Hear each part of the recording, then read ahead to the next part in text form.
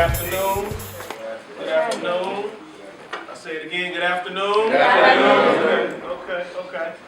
Thank y'all for coming. I just wanted to kind of share a couple of words with you all today. My name is Kevin McGee. I'm president of the Morehouse Alumni Association. I also sit on the board of trustees here. So when I had the opportunity for you guys to come to campus and view both Morehouse and Spelman, I definitely wanted to just kind of share, a few words with you and also kind of share my perspective and just some of the experiences that I've had when I was sitting in those seats that you all are sitting in today. And so also with me today are my two daughters, Kayla and Maya. Raise your hand. Feel my pain.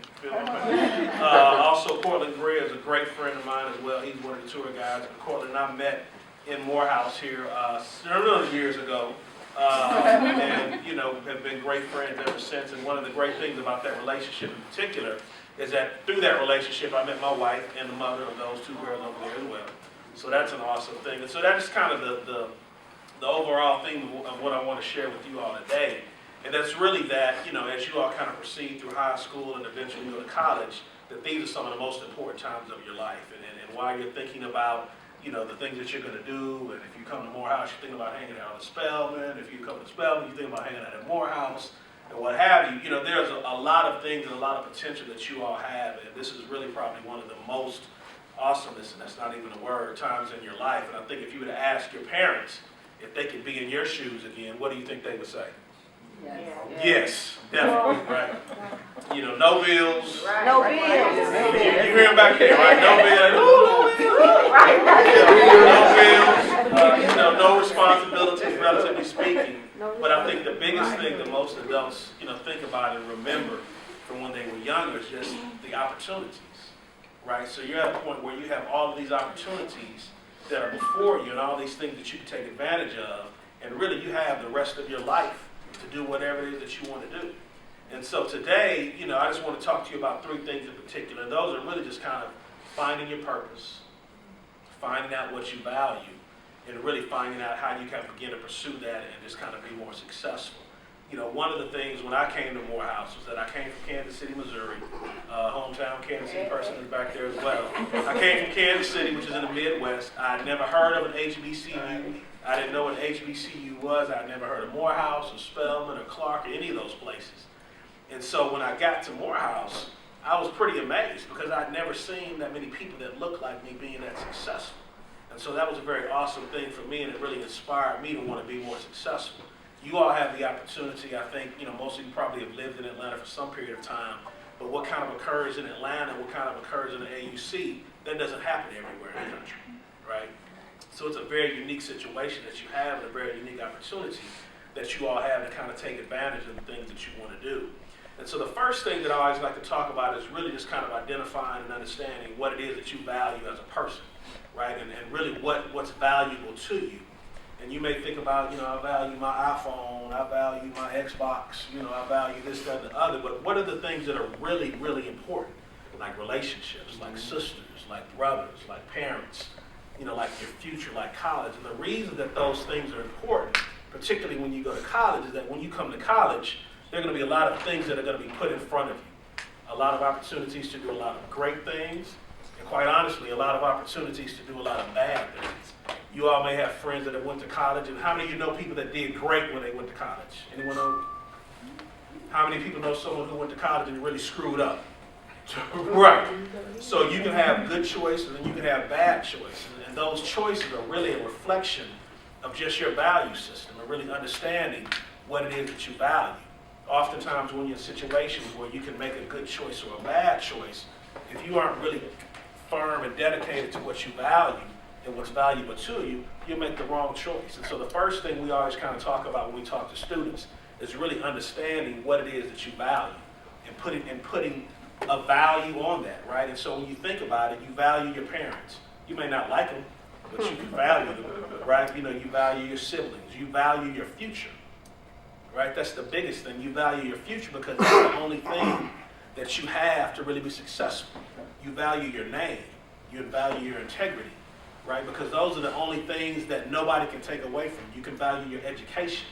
Those are things that people can't take away from you. So put your emphasis and your motivation on things that are going to be valuable to you. The second thing that I always say is that really understand and try to identify what your purpose is. right? And what's the purpose for your life? It sounds real big sometimes. What's the meaning of life? What's my purpose? What am I supposed to do, right? But it's not really that difficult. It's really about what are the things that make you angry? What are the things that make you feel concerned? What are the things that you get upset about? What are the things that make you happy?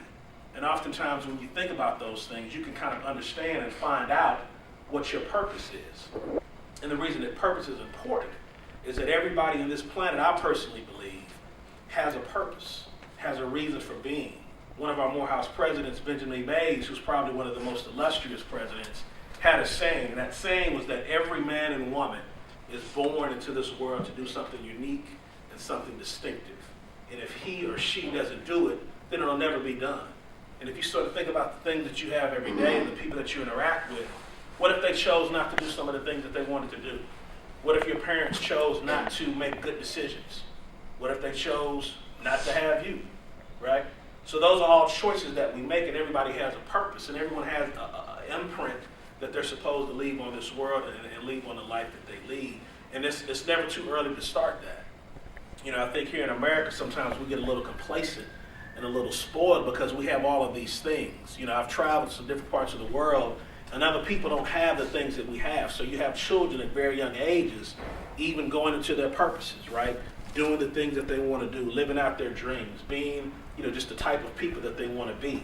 And so really looking at and identifying what your purpose is and really trying to be successful in that is very important. And the last thing is really looking at, once you've identified what it is that you value and what your values are, you know, once you've figured out what your purpose is, moving towards that purpose consistently, right? Moving towards that purpose with energy and excitement, right? Because that purpose is what allows you to be successful. It's what allows you to move. When you look at a lot of these young people now that are starting companies, internet companies, gaming companies, that are exceptionally young, it's because they've identified their values, they've identified their purpose, and they've moved towards it, right? They haven't been lackadaisical about it, right? Everybody knows what lackadaisical is. They haven't been blase about it. Y'all know what blase is. That's the top song right now, right? So you know what blase means. They haven't been, you know, unengaged about it, right? They've been very excited about what they're supposed to do. And that's one of the things that I think also kind of affects a lot of students when they start. It's just kind of that apathy. I'm here, I'm going to do okay, I'm going to do fine. No, you're here for a reason. You're in this room today for a reason. You're part of this great organization for a reason. You're participating in this event for a reason. And that's to make you better people, right? My wife's an attorney, criminal defense attorney. And every day she goes into the court and she sees individuals that look just like you, but they're in handcuffs, they're in orange jumpsuits, and they don't have the opportunities that you all have, right? And so there's a very, very definite distinction between the things that you all do and the things that other people do. My wife had one story. She told me there was a young man who went to court. He was probably 20 years old. He wasn't in college, but he had a decent job. I think he may have worked for the county, paid everything on time, good young man. He walked into court. He had on slacks and a shirt. The judge approached the bench. This young man, I think, may have had a minor drug charge, something like that. And so the judge said, well, are you in college? No, Your Honor, I'm just kind of working a job, this, that, and the other. The young man ended up getting a high fine, 30 days in jail, and then 1 year probation. Same day, another young man comes in, relatively the same, looked the same, also had on slacks, nice shirt. He came in. Young man, why are you here today? Well, sir, I'm in college right now at Georgia State, and I just made a mistake. You know, I didn't need to have the drugs that I had with me. Same crime, different person that was in college. The drug let this individual off on a warning and probation.